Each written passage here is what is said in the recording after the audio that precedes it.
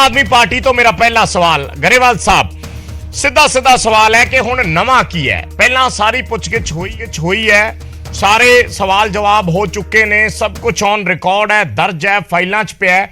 फिर नवे सिरे तो पुछगिछ दे मायने की ने? बराड़ साहब तुसी मायने पुछे, मैं कहना परस्पैक्टिव चेंज होया 5 सालां च। हुणे वड़िंग साहब कह रहे सी असी नलैकी मारी, नलैकी मारी इन्हां मामलिਆਂ च नलैकी मारी, ਜਿਹੜੇ ਮਾਮਲਿਆਂ ਚ ਬਾਕੀ ਚੀਜ਼ਾਂ ਲੋਟ ਹੁੰਦੀਆਂ ਸੀ ਉਦੋਂ ਕੈਪਟਨ ਸਾਹਿਬ ਚੰਗੇ ਸੀ। ਚਲੋ ਛੱਡ ਦਿਓ, ਆਪਾਂ ਉਸ ਚ ਨਹੀਂ ਜਾਂਦੇ। ਮਾਇਨੇ ਇਹ ਨੇ ਸਰ ਕਿ ਪਹਿਲੀ ਵਾਰੀ ਇਸ ਤਰੀਕੇ ਨਾਲ ਦੇਖਿਆ ਜਾ ਰਿਹਾ ਕਿ ਐਤਕੀ ਬਚਾਇਆ ਨਹੀਂ ਜਾਣਾ।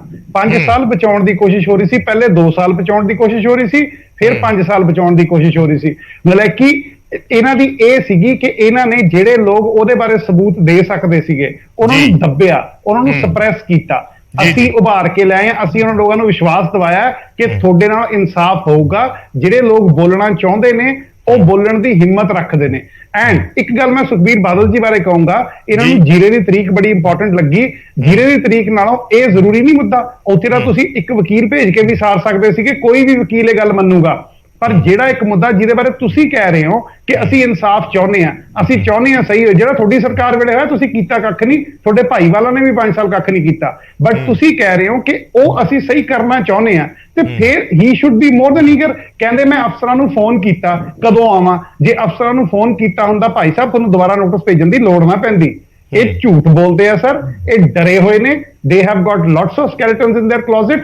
and ਗੱਲ ਇਹ ਹੈ ਕਿ ਐਤਕੀ ਅਸੀਂ ਸਹੀ ਪਰਸਪੈਕਟਿਵ ਨਾਲ ਜਾਂਚ ਕਰ ਰਹੇ ਹਾਂ ਕਿ ਪਤਾ ਲੱਗੇ ਕੋਈ ਵੱਡੇ ਤੋਂ ਵੱਡਾ ਛੋਟੇ ਤੋਂ ਛੋਟਾ ਬਚੂਗਾ ਨਹੀਂ, ਇਹ ਵਾਦਾ ਰਿਹਾ।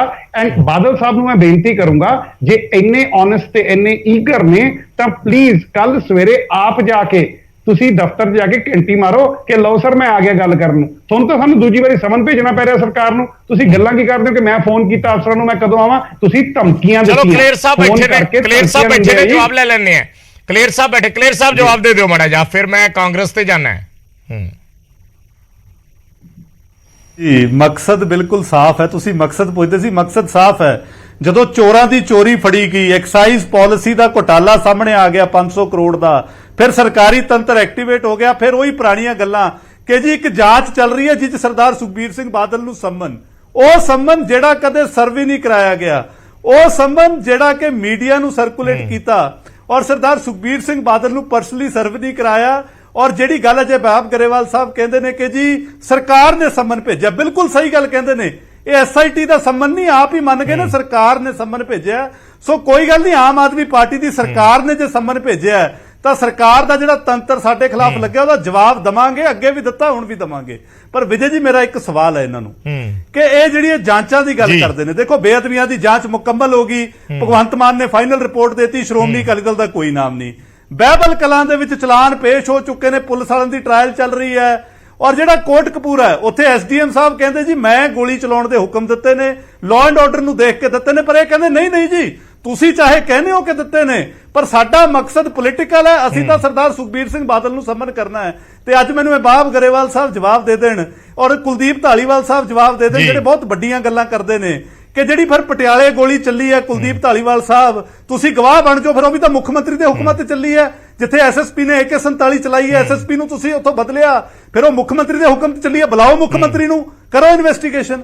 ਅਸਲ ਵਿਜੇਪਾਲ ਜੀ ਇਹ ਜਿਹੜੀ ਜਾਂਚ ਹੈ ਗਰੇਵਾਲ ਗੋਲੀकांड ਦੀ, ਮੈਂ ਇੱਕ ਗੱਲ ਕਹਿਣੀ ਚਾਹੁੰਦਾ, ਇੱਕ ਗੱਲ ਛੋਟੀ ਜੀ, ਇਹ ਜਾਂਚ ਇਹਨਾਂ ਨੇ ਇੱਕ ਸਿਆਸੀ ਹਥਿਆਰ ਬਣਾ ਲਿਆ। ਪਹਿਲਾਂ ਕਾਂਗਰਸ ਨੇ 5 ਸਾਲ ਕਿ ਜਿਹੜੇ ਵਾਅਦੇ ਪੂਰੇ ਕੀਤੇ ਉਹ ਪੂਰੇ ਨਹੀਂ ਕੀਤੇ। ਜੇ ਕਿਸੇ ਨੇ ਵਾਅਦਿਆਂ ਬਾਰੇ ਪੁੱਛਿਆ, ਕਾਂਗਰਸ ਕੋਲੇ ਵੀ ਆ ਰਹੇ, ਚੱਲ ਰਹੀ ਹੈ ਕਾਂਗਰਸ ਕੋਲੇ ਵੀ ਆ ਰਹੇ। ਗਰੇਵਾਲ ਸਾਹਿਬ ਕੁਝ ਕਹਿਣਾ ਚਾਹ ਰਹੇ ਨੇ, ਗਰੇਵਾਲ ਸਾਹਿਬ ਜ਼ਿਆਦਾ ਲੰਬਾ ਨਹੀਂ, ਮੁੱਦਿਆਂ ਤੋਂ ਧਿਆਨ ਜ਼ਿਆਦਾ ਲੰਬਾ ਨਹੀਂ, ਮੈਂ ਖੜਿਆਲ ਸਾਹਿਬ ਤੋਂ ਜਵਾਬ ਲੈਣਾ ਜੀ। ਸਿਰਫ 3 ਪੁਆਇੰਟ ਨੇ ਜਿਹੜੀ ਇਹ ਕਹਿੰਦੇ ਨਾ ਐਕਸਾਈਜ਼ ਪਾਲਿਸੀ ਹਾਲੇ ਥਈ ਤੁਹਾਡੇ ਭਾਈਵਾਲ ਦਿੱਲੀ ਨਹੀਂ ਐਕਸਾਈਜ਼ ਪਾਲਿਸੀ ਤੇ ਨਹੀਂ ਜਾਣਾ ਮੈਂ ਸੌਰੀ ਗਰੇਵਾਲ ਸਾਹਿਬ, ਮੈਂ ਐਕਸਾਈਜ਼ ਪਾਲਿਸੀ ਤੇ ਜਾਣਾ ਹੀ ਨਹੀਂ। ਉਹਨਾਂ ਨੇ ਜ਼ਿਕਰ ਕਰਤਾ, ਆਪਾਂ ਨਹੀਂ ਉਹਦਾ ਨਾ ਜ਼ਿਕਰ ਕਰੋ ਪਲੀਜ਼। ਨਹੀਂ ਕਰਦਾ ਸੰਮਨ ਜਿਹੜੇ ਅਫਸਰ ਨੇ ਬਾਹਰ ਲਾਇਆ ਨਾ, ਫੋਨ ਨੰਬਰ ਦੇ ਸਾਰਾ ਜਿਹਨੂੰ ਕਿਹਾ ਗਿਆ ਸੀਗਾ ਕਿ ਅਸੀਂ ਉਹ ਬਾਦਲ ਸਾਹਿਬ ਹੈ ਨਹੀਂ ਗੇ। ਪ੍ਰੋਗਰੈਸ ਰਿਪੋਰਟ ਦੀ ਤੁਸੀਂ ਗੱਲ ਕਰਦੇ ਹੋ ਜਿਹੜੀ ਆਪਾਂ ਇਹਦੇ ਚ ਕਾਂਡ ਚ ਦਿੱਤੀ ਸੀਗੀ, ਬੇਅਦਬੀ ਕਾਂਡ ਚ, ਐਂਡ ਜਿਹੜਾ ਤੁਸੀਂ ਐਸਡੀਐਮ ਸਾਹਿਬ ਦਾ ਬਾਰ-ਬਾਰ ਜ਼ਿਕਰ ਕਰ ਰਹੇ ਹੋ ਬਿਲਕੁਲ ਸਹੀ ਹੈ। ਪਰ ਜਿਹੜੇ ਦੂਜੇ ਪਾਸੇ ਜਿਹੜੇ 2 ਬੰਦੇ ਸ਼ਹੀਦ ਕੀਤੇ ਗਏ ਨੇ ਐਸਡੀਐਮ ਸਾਹਿਬ ਦੀ ਫਾਇਰਿੰਗ ਚ, ਜਿਹੜੇ ਬੰਦੇ ਜ਼ਖਮੀ ਹੋਏ ਸੀ, ਲਾਅ ਐਂਡ ਆਰਡਰ ਸਿਚੁਏਸ਼ਨ ਸੀ, ਪਰ ਦੂਜੇ ਪਾਸੇ ਜਿਹੜੇ ਬੰਦੇ ਮਰੇ ਨੇ ਉਹ ਮਰੇ ਨੇ ਵਿਦ ਸਨਾਈਪਰ ਰਾਈਫਲਸ। ਸਰ ਜੜ ਤੇ ਤਾਂ ਇੱਥੇ ਪਹੁੰਚਣਾ ਕਿ ਇਹਦੇ ਪਿੱਛੇ ਸਿਆਸੀ ਸਾਜ਼ਿਸ਼ ਕੀ ਸੀ।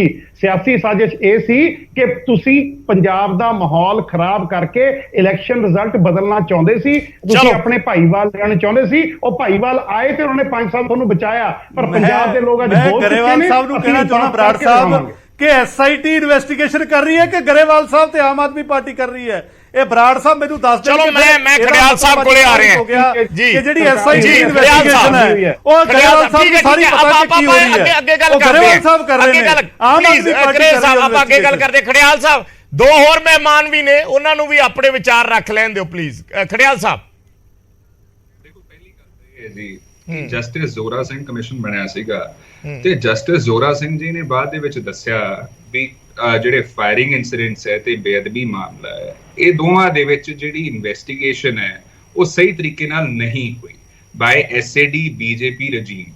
ਦੂਜਾ, ਇਨਵੈਸਟੀਗੇਟਿੰਗ ਆਫੀਸਰਸ ਐਸਐਸਪੀ ਤੇ ਡੀਐਸਪੀ ਕਮਿਸ਼ਨ ਦੇ ਮੂਹਰੇ ਪੇਸ਼ ਹੋਏ, ਉਹਨਾਂ ਨੇ ਵੀ ਕਿਹਾ ਵੀ ਮੈਰਿਟਸ ਦੇ ਬੇਸਿਸ ਤੇ ਇਨਵੈਸਟੀਗੇਸ਼ਨ ਕੈਰੀ ਆਊਟ ਨਹੀਂ ਹੋ ਰਹੀ।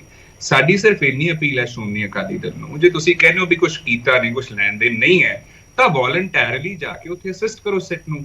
ਕਿਉਂਕਿ ਬੈਕ ਇਨ ਦ ਡੇ ਜੋ ਤੁਸੀਂ ਕਹਿ ਰਹੇ ਹੋ ਕਿ ਅਸੀਂ ਕਰਾਂਗੇ ਵੋਲੰਟੈਰਲੀ ਜਾ ਕੇ ਜੁਆਇਨ ਕਰਾਂਗੇ, ਅਸਿਸਟ ਕਰਾਂਗੇ, ਹੈਲਪ ਕਰਾਂਗੇ, ਬੈਕ ਇਨ ਦ ਡੇ ਵੱਡੇ ਬਾਦਲ ਸਾਹਿਬ ਨੇ ਵੀ ਜਦੋਂ ਸਿਟ ਬੁਲਾਉਂਦੀ ਸੀ, ਬਾਦਲ ਸਾਹਿਬ ਕਹਿੰਦੇ ਸੀਗੇ ਵੀ ਮੇਰੀ ਤਬੀਅਤ ਠੀਕ ਨਹੀਂ, ਤੇ ਉਦੋਂ ਹੀ ਮਾਇਆਵਤੀ ਜੀ ਨਾਲ ਉਹਨਾਂ ਦੀਆਂ ਕਨਵਰਸੇਸ਼ਨਸ ਵੀ ਵੀਡੀਓਜ਼ ਵੀ ਦਿਖਦੀਆਂ ਸੀਗੀਆਂ ਤੇ ਉਹਨਾਂ ਨੂੰ ਕਹਿੰਦੇ ਸੀ ਬਹੁਤ ਅੱਛਾ, ਮੇਰਾ ਸਿਹਤ ਬਹੁਤ ਅੱਛੀ, ਆਪ ਆਈਏ ਕभी ਖਾਣੇ पे। ਸੋ देयरफॉर आप अपना श्रोमणी अकाली दल असिस्ट करे वॉलंटरली ਤੇ ਜਿਹੜਾ ਦੁੱਧ ਦਾ ਪਾਣੀ ਦਾ ਪਾਣੀ ਆਪੇ ਹੋ ਜਾਊਗਾ। ਜਿੱਥੋਂ ਤੱਕ ਕਾਂਗਰਸ ਪਾਰਟੀ ਦੀ ਗੱਲ ਹੈ, ਬੈਕ ਇਨ ਦ ਡੇ ਕਾਂਗਰਸ ਪਾਰਟੀ ਦੀ ਗੱਲ ਕਰ ਰਹੇ ਹੈ, ਅਸੀਂ ਟਾਈਮ ਤੇ ਸਿਟ ਬਣਾਈ, ਟਾਈਮ ਤੇ ਇਨਵੈਸਟੀਗੇਸ਼ਨ ਹੋਈ ਤੇ ਚਲਾਨ ਪੇਸ਼ ਹੋਇਆ। ਤੁਹਾਡੇ ਪ੍ਰਧਾਨ ਅੱਜ ਕਹਿ ਗਏ, ਖੜਿਆਲ ਸਾਹਿਬ ਤੁਹਾਡੇ ਪ੍ਰਧਾਨ ਅੱਜ ਕਹਿ ਗਏ ਕਿ ਸਾਡੇ ਅਸੀਂ ਕੁਝ ਨਹੀਂ ਕਰ ਸਕੇ। ਮੈਂ ਉੱਥੇ ਆ ਰਿਹਾ, ਅਸੀਂ ਬਣਾਤਾ, ਚਲਾਨ ਪੇਸ਼ ਹੋ ਗਿਆ, ਹਾਈ ਕੋਰਟ ਨੇ ਉਹ ਤੋਂ ਬਾਅਦ ਉਹਨੂੰ ਕੋਸ਼ ਕਰਤਾ। ਹੁਣ ਅਸੀਂ ਤਾਂ ਸਾਹਿਬ ਜੁਡੀਸ਼ਰੀ ਦੇ ਵਿੱਚ ਜਾ ਨਹੀਂ ਸਕਦੇ, ਇੰਟਰਫੇਅਰ ਕਰ ਨਹੀਂ ਸਕਦੇ ਰਿਆਲਮ ਦੇ ਵਿੱਚ। ਫਿਰ ਇਹ ਗੱਲ ਤੁਹਾਡੇ ਪ੍ਰਧਾਨ ਕਿਉਂ ਨਹੀਂ ਕਹਿ ਰਹੇ? ਫਿਰ ਇਹ ਗੱਲ ਤੁਹਾਡੇ ਪ੍ਰਧਾਨ ਕਿਉਂ ਨਹੀਂ ਕਹਿ ਰਹੇ? ਉਹ ਕਿਉਂ ਦੋ ਲਾਈਨਾਂ 'ਚ ਕਹਿ ਰਹੇ ਨੇ ਵੀ ਸਾਡੇ ਤੋਂ ਕੁਝ ਹੋਇਆ ਹੀ ਨਹੀਂ? ਉਹ ਤੋਂ ਬਾਅਦ ਮੈਂ ਦੱਸਦਾ, ਉਹ ਤੋਂ ਬਾਅਦ ਸਾਰਾ ਕੁਝ ਰੀਸਟਾਰਟ ਹੋ ਗਿਆ। देयरफॉर ਪ੍ਰੋਸੀਡਿੰਗ ਜਦੋਂ ਰੀਸਟਾਰਟ ਹੋ ਗਿਆ, ਅਸੀਂ ਸੁਪਰੀਮ ਕੋਰਟ ਦਾ ਦਰਵਾਜ਼ਾ ਵੀ ਖਟਖਟਾਇਆ, ਆਪਦੇ ਵੱਲੋਂ ਜੋ ਕਰ ਸਕਦੇ ਸੀ ਕੀਤਾ, ਲੇਕਿਨ we could not bear the fruit. ਉਹਦਾ ਫਰੂਇਸ਼ਨ ਨਹੀਂ ਹੋਇਆ। ਇੱਕ ਮਿੰਟ ਕਾਈਂਡਲੀ, ਉਹਨੂੰ ਫਰੂਟ ਨਹੀਂ ਮਿਲਿਆ, ਪਰ ਵੀ ਟ੍ਰਾਈਡ, ਵੀ ਅਟੈਂਪਟਡ। ਦੂਜਾ, ਆਮ ਆਦਮੀ ਪਾਰਟੀ ਨੂੰ 3 ਸਵਾਲ। ਆਮ ਆਦਮੀ ਪਾਰਟੀ ਪਹਿਲਾਂ ਤਾਂ ਇਹ ਦੱਸੇ ਵੀ 24 ਘੰਟੇ ਦੇ ਵਿੱਚ ਕਿਹਾ ਸੀ ਬੇਅਦਬੀ ਮਾਮਲੇ 'ਚ ਇਨਸਾਫ ਹੋਊਗਾ, ਅੱਜ 5 ਮਹੀਨੇ ਜ਼ਿਆਦਾ ਹੋ ਗਏ, ਕਿਉਂ ਹੋਏ ਤੇ ਕਿਉਂ ਝੂਠ ਬੋਲਿਆ ਦੀ ਮਾਫੀ ਗਰੇਵਾਲ ਸਾਹਿਬ ਇੱਥੇ ਮੰਗਣ। ਦੂਜਾ, ਆਮ ਆਦਮੀ ਪਾਰਟੀ ਇਹ ਦੱਸੇ ਵੀ ਜਿਵੇਂ ਅਸੀਂ ਟਾਈਮ ਬਾਉਂਡ ਕੀਤਾ ਸੀਗਾ, ਤੁਸੀਂ ਸਿੱਟ ਨੂੰ ਕਿਉਂ ਨਹੀਂ ਕਹਿੰਦੇ ਵੀ ਟਾਈਮ ਬਾਉਂਡ ਮੈਨਰ ਦੇ ਵਿੱਚ ਇਨਵੈਸਟੀਗੇਸ਼ਨ ਕਰੋ। ਤੇ ਤੀਜਾ ਸਵਾਲ, ਕਿਉਂ ਨਹੀਂ ਇਹ ਫਾਸਟ ਟਰੈਕ ਡਿਸਪੋਜ਼ਲ ਦੀ ਮੰਗ ਕਰਦੇ ਵੀ ਕੇਸ ਦੇ ਵਿੱਚ ਫਾਸਟ ਟਰੈਕ ਡਿਸਪੋਜ਼ਲ ਹੋਵੇ ਤਾਂ ਕਿ ਜਲਦ ਤੋਂ ਜਲਦ ਜਿੰਨਾ ਗਲਤ ਕੀਤਾ। ਠੀਕ ਹੈ ਤੁਹਾਡੀ ਗੱਲ ਹੋ ਗਈ। ਜੈਬੰਸ ਜੀ। ਥੈਂਕ ਯੂ ਵਿਜੇ ਜੀ। ਦੇਖੋ ਵਿਜੇ ਜੀ, ਏਦਾਂ ਹੈ ਕਿ ਅਸੀਂ ਸਾਰੇ ਜਿਹੜੇ ਇੱਥੇ ਬੈਠੇ ਆ, ਸਾਰਿਆਂ ਨੂੰ ਪੂਰੇ ਕੇਸਿਸ ਦੇ ਬਾਰੇ ਬਿਲਕੁਲ ਅੱਛੀ ਤਰ੍ਹਾਂ ਦੀ ਪਤਾ ਹੈ ਤੇ ਮੈਂ ਕੇਸ ਦੀ ਨਿਟੀ-ਗ੍ਰਿਟੀ 'ਚ ਨਹੀਂ ਜਾਵਾਂਗਾ। ਮੇਰੇ 3-4 ਬੜੇ ਇੰਪੋਰਟੈਂਟ ਪੁਆਇੰਟ ਨੇ ਜੀ। ਮੇਰਾ ਇੱਕ ਪੁਆਇੰਟ ਹੈ, ਪਹਿਲਾ ਪੁਆਇੰਟ ਹੈ ਕਿ ਬਹੁਤ ਸੈਂਸਿਟਿਵ ਇਸ਼ੂ ਹੈ ਇਹ ਜਿਹੜਾ ਸੈਕਟਰੀਏਟ ਕੇਸ ਹੈ, ਬੇਅਦਬੀ ਦਾ ਕੇਸ ਹੈ, ਇਹ ਬਹੁਤ ਸੈਂਸਿਟਿਵ ਹੈ ਤੇ ਇਹਦੇ ਵਿੱਚ ਜਲਦਬਾਜ਼ੀ ਦੇ ਵਿੱਚ ਕੋਈ ਡਿਸੀਜਨਸ ਲੈ ਕੇ ਫਿਰ ਉਹਨਾਂ ਡਿਸੀਜਨਸ ਨੂੰ ਵਾਪਸ ਲੈ ਕੇ ਜਾਣਾ, ਇਹਨਾਂ ਚੀਜ਼ਾਂ ਦੇ ਨਾਲ ਲੋਕਾਂ ਦਾ ਜਿਹੜਾ ਹੈ ਨਾ people feel very bad about it. ਲੋਕ ਕਹਿੰਦੇ ਨੇ ਕਿ ਚੰਗੀ ਇੱਕ ਇਨਵੈਸਟੀਗੇਸ਼ਨ ਹੋਏ ਤੇ ਇਨਵੈਸਟੀਗੇਸ਼ਨ ਦਾ ਕੋਈ ਰਿਜ਼ਲਟ ਨਿਕਲੇ। ਸੋ ਮੈਂ ਇਹ ਚਾਹੁੰਦਾ ਕਿ ਅਗਰ ਇਹਨਾਂ ਨੇ ਫੜਨਾ ਹੈ ਸੁਖਬੀਰ ਬਾਦਲ ਨੂੰ ਜਾਂ ਕਿਸੇ ਨੂੰ ਵੀ, ਤੇ ਦੇ should have full proof evidence ਤਾਂ ਕਿ ਉਸ ਬੰਦੇ ਨੂੰ ਫੜ ਕੇ ਅੰਦਰ ਰੱਖ ਸਕਣ।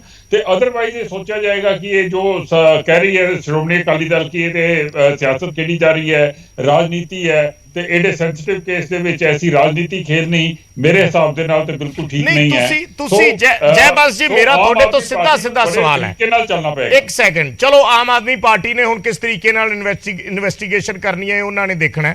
ਅਸਲ ਦੇ ਵਿੱਚ ਮੇਰਾ ਸਵਾਲ ਤੁਹਾਡੇ ਤੋਂ ਸਿੱਧਾ ਇਹ ਹੈ ਕਿ ਉਸ ਵੇਲੇ ਤੁਸੀਂ ਵੀ ਭਾਈਵਾਲੀ ਦੇ ਵਿੱਚ ਸੀ, ਤੁਸੀਂ ਵੀ ਸਰਕਾਰ ਦੇ ਵਿੱਚ ਸੀਗੇ, ਕਿ ਤੁਸੀਂ ਇਹ ਮੰਨਦੇ ਹੋ ਵੀ ਜ਼ਿੰਮੇਵਾਰੀ ਉਸ ਵੇਲੇ ਸਭ ਦੀ ਸੀ, ਕਲੈਕਟਿਵ ਜ਼ਿੰਮੇਵਾਰੀ ਸੀ, ਜਾਂ ਜਿਸ ਤਰੀਕੇ ਨਾਲ ਆਮ ਆਦਮੀ ਅੱਜ ਪਾਰਟੀ ਕਹਿ ਰਹੀ ਹੈ ਕਿ ਉਸ ਵੇਲੇ ਦੇ ਗ੍ਰਹਿ ਮੰਤਰੀ ਜ਼ਿੰਮੇਵਾਰ ਨੇ, ਇਸ ਕਰਕੇ ਸੁਖਬੀਰ ਬਾਦਲ ਨੂੰ ਉਸ ਦੇ ਵਿੱਚ ਜ਼ਿੰਮੇਦਾਰ ਬਣਾਉਣਾ ਚਾਹੀਦਾ?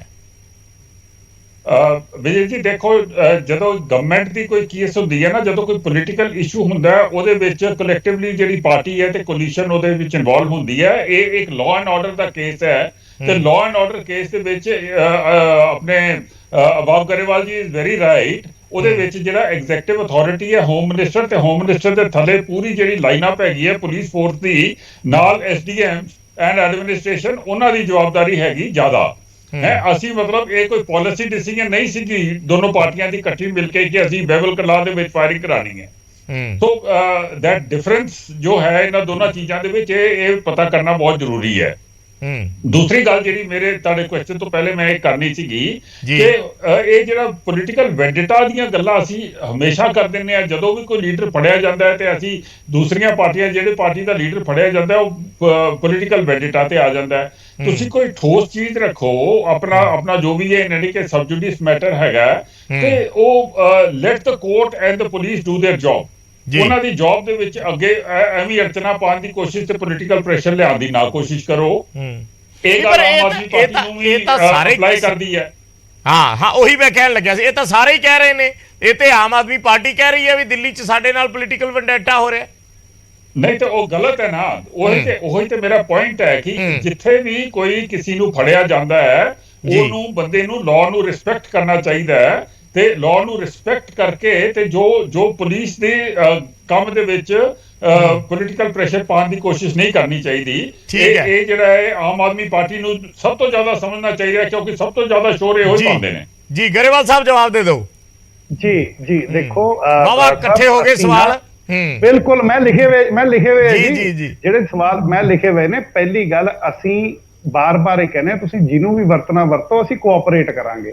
ਅਸੀਂ ਕਹਿੰਦੇ ਵੈਂਡੇਟਾ ਤੁਸੀਂ ਕਰ ਰਹੇ ਹੋ, ਜਿਵੇਂ ਨਾ ਆਕਟੋਪਸ ਦੀਆਂ 8 ਲੱਤਾਂ ਹੁੰਦੀਆਂ ਨੇ, ਸੀਬੀ ਤੇ ਉਹੀ ਸੁਖਬੀਰ ਬਾਦਲ ਕਹਿ ਰਹੇ ਨੇ ਅਸੀਂ ਕੋਆਪਰੇਟ ਕਰਾਂਗੇ। ਮੈਂ ਉਹੀ ਸੁਖਬੀਰ ਬਾਦਲ ਨੇ ਉਹ ਕਹਿੰਦੇ ਮੈਨੂੰ ਜਦੋਂ ਮਰਜ਼ੀ ਬੁਲਾ ਲੈਣ, ਮੈਂ ਤਿਆਰ ਹਾਂ। ਹੁਣ ਫਰਕ ਇਹ ਹੈ ਕਿ ਜਦੋਂ ਨੋਟਿਸ ਗਿਆ ਉਦੋਂ ਤਾਂ ਬਾਦਲ ਸਾਹਿਬ ਘਰੇ ਨਹੀਂ ਸੀ। ਉਦੋਂ ਬਾਅਦ ਵਿਜੀਲੈਂਸ ਵਾਲੇ ਅਫਸਰ ਨੂੰ ਫੋਨ ਕੀਤਾ, ਹਾਂ ਬਈ ਦੱਸ ਕਦੋਂ ਆਵਾਂ। ਇਹ ਧਮਕੀ ਦੀ ਟੋਨ ਹੁੰਦੀ ਹੈ, ਪਹਿਲੀ ਗੱਲ। ਦੂਜੀ ਗੱਲ, ਇਹ ਫਰੈਂਡਲੀ ਮੈਚ ਖੇਡ ਰਹੇ ਸੀਗੇ। 5 ਸਾਲ ਮੇਰੀ ਆ ਗਈ, ਮੈਂ ਤੇਰੇ ਤੇ ਪਾ ਲੂੰਗਾ, ਤੂੰ ਬਰੀ ਹੋ ਜੀ। 5 ਸਾਲ ਤੇਰੀ ਆ ਜੂਗੀ, ਮੈਂ ਤੇਰੇ ਤੇ ਪਾ ਲੂੰਗਾ, ਤੂੰ ਬਰੀ ਹੋ ਜੀ। ਖੜਿਆਲ ਸਾਹਿਬ ਨੇ ਫਾਸਟ ਟਰੈਕ ਕੋਰਟ ਦੀ ਮੰਗ ਕੀਤੀ, ਬਿਲਕੁਲ ਹੋਊਗਾ ਜੀ, ਫਾਸਟ ਟਰੈਕ ਹੋਊਗਾ ਭਾਈ ਸਾਹਿਬ। 24 ਘੰਟੇ ਦਾ ਮਤਲਬ ਇੰਟੈਂਸ਼ਨ ਸੀ। ਐਂਡ ਲਾਅ ਜਿਹੜੀ ਹੈ ਨਾ, ਇਨਸਾਫ ਤਾਂ ਕਿੰਨੇ 100 ਸਾਲਾਂ ਬਾਅਦ ਵੀ ਹੋ ਜਾਂਦਾ ਹੁੰਦਾ ਬੰਦੇ ਨਾਲ। ਤੁਸੀਂ ਇਨਵੈਸਟੀਗੇਸ਼ਨ ਨੂੰ ਟਾਈਮ ਬਾਉਂਡ ਨਹੀਂ ਕਰ ਸਕਦੇ, ਪਹਿਲੀ ਗੱਲ। ਦੂਜੀ ਗੱਲ, ਜਿਹੜਾ ਜੈ ਬੰਸ ਜੀ ਬੜੇ ਪਿਆਰ ਨਾਲ ਪੱਲਾ ਝਾੜ ਦਿੰਦੇ ਆ, ਇਹਨਾਂ ਦੀ ਜਿਹੜੀ ਮੈਚਿਓਰਿਟੀ ਹੈ ਨਾ ਰਿਲੀਜੀਅਸ ਡਿਵਾਈਡ ਪੈਦਾ ਕਰਨ 'ਚ, ਬੀਜੇਪੀ ਦੀ ਜਿਹੜੀ ਮੈਚਿਓਰਿਟੀ ਹੈ ਉਹ ਇਹਨਾਂ ਨੇ ਪਾਸ ਔਨ ਕੀਤੀ ਸੀ ਅਕਾਲੀਆਂ ਨੂੰ। ਹਲੇ ਥੋੜੀ ਦੇਰ ਤੱਕ ਭਾਈਵਾਲ ਸੀ, ਦੁਬਾਰਾ ਫੇਰ ਰਲ ਜਾਣਗੇ। ਇਹਨਾਂ ਨੇ ਮੈਚਿਓਰਿਟੀ ਨਾਲ ਸਿਖਾਇਆ ਕਿ ਦੇਖੋ ਏਦਾਂ ਵੰਡ ਪਾਈ ਦੀ ਹੈ, ਏਦਾਂ ਅੱਗ ਲਾਈ ਦੀ ਹੈ, ਤੇ ਏਦਾਂ ਬਚ ਵੀ ਜਾਈਦਾ। ਇਹਨਾਂ ਦੀ ਰਿਲੀਜੀਅਸ ਮੈਚਿਓਰਿਟੀ ਦਾ ਫਾਇਦਾ ਅਕਾਲੀਆਂ ਨੇ ਚੱਕਿਆ, ਤੇ ਹੁਣ ਉਹ ਚੱਲਣੀ ਹੈ ਨਹੀਂ ਪੰਜਾਬ 'ਚ। ਚੱਕਰ ਤਾਂ ਹੈ ਬਰਾੜ ਸਾਹਿਬ।